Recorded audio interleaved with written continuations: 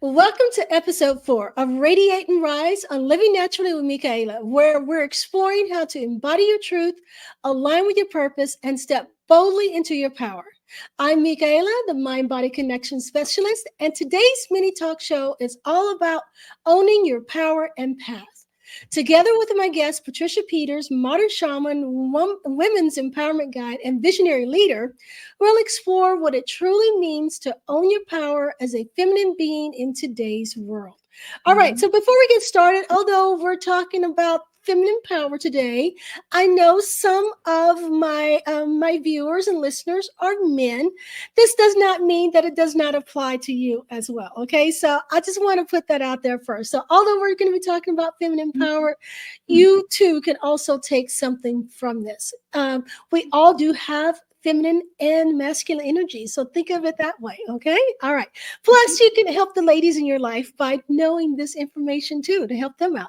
All right. Now that's been said, let's jump into it. So, Patricia, what does it truly mean to own your power as a feminine being in today's world?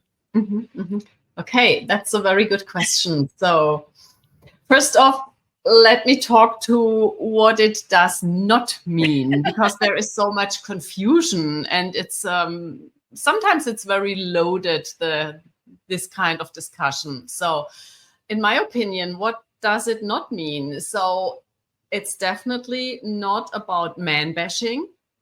It's also not about bitching contests with other women. It's not about competing and comparing, not against other women, not against men. It's also not trying to outman men, which very often is the case when women work, for example, in industries that are very male dominated. So it's also not about that. So what is it about actually? In my opinion, I think it's about being sovereign, honoring your own word, taking full responsibility for your words, for your actions, for your decisions, etc. Not playing the victim card or the blame, shame, pity, drama party, not engaging into all kinds of this stuff.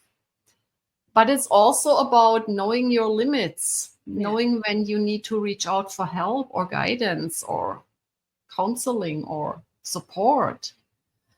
And what's most important, maybe it's all about speaking, living, expressing, owning, embodying your core truth, your soul's truth. All the time, not just when it's convenient or when you have some benefit of it. Also, it's not about playing small to fit in or people pleasing so that you are liked. So it's about being very authentic, saying yes only when you mean it, also saying no when you mean it, when you need to. So probably bottom line, it's about being very, very conscious and aware and present. And it's about taking inspired action when action is needed, instead of reacting unconsciously when something is offered to you or when you are triggered. So it's a very calm state.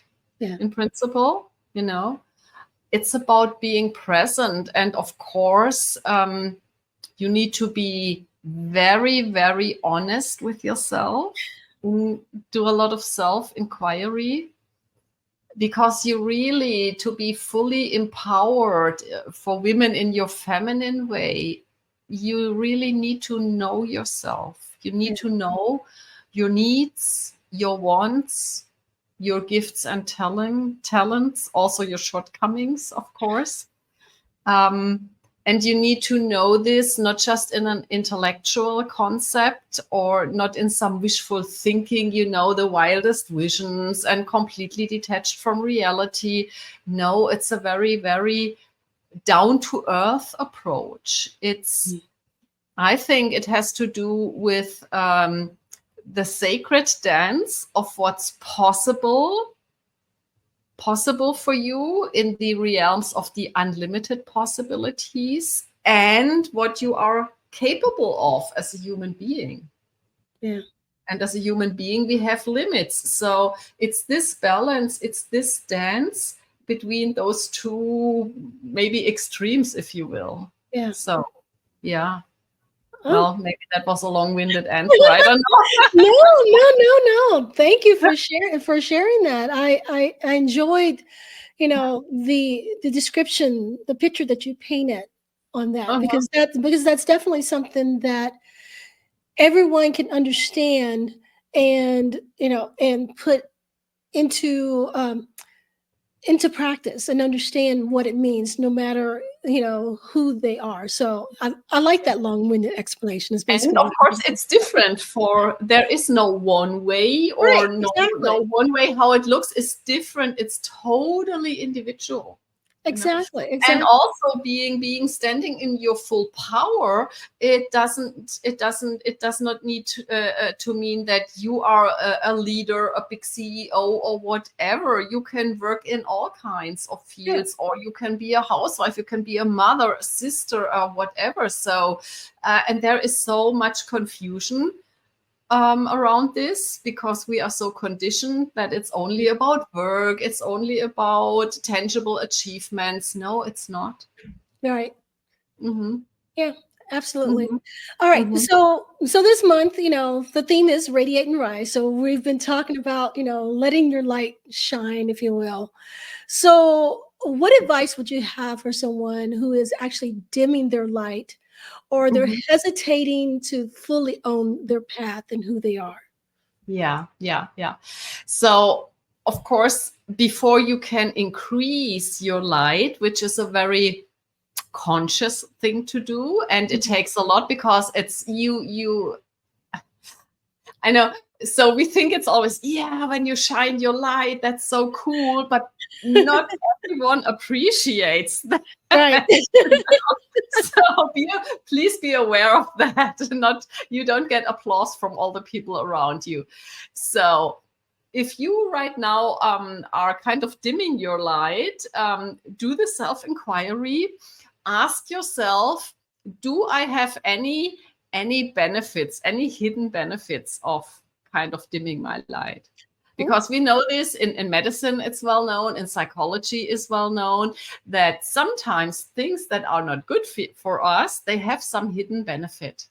And you need to be very, very, very honest with yourself, and you also need to be brave if you really want to let go of this benefit. Because sometimes, at first, at least, it can be pretty uncomfortable for you, and it can take a lot of commitment, to shine your light, to increase your light. So be very honest. Am I willing to let go of those benefits? Am I willing to step out of my comfort zone?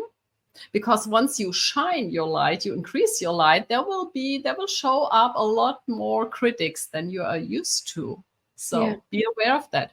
So, but if you give an honest yes, my advice is to be then, again, self-inquiry, get crystal clear on what is it that I really, really want. Not from an ego perspective, but really from your heart and soul. What is it that I want? What can I give? What are my talents? What are my limitations, my limits, of course? And then start taking mini actions or even micro actions towards that goal. And oftentimes, or one bonus tip maybe I can give you, most of the times it's easier when you have a guide by your side, So reach out for help. And the help oftentimes is not inside of your family or your partner or your best friend. Oftentimes it's better to reach out to some kind of neutral person who is detached on an emotional level. Ideally, if they have some kind of professional training or professional expertise and experience, because then I can assure you it will be easier for you. It will be faster, and so reach out for help to someone who has some healthy detachment and distance, from you. So that's my 2 cents on that topic. All right. Well, thank you for that. So basically, to recap all of this for you, the rise of the feminine is not about competing or proving. It's about reclaiming wholeness, inner authority, and alignment with your soul's truth.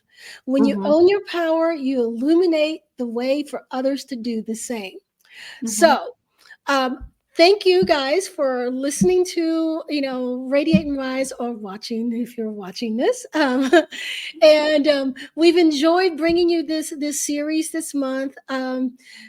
Check out the collection page for resources to help you dive deeper into this topic that we've talked about today, including the Embodied Power Practices mini guide and some of the other resources from the previous weeks as well.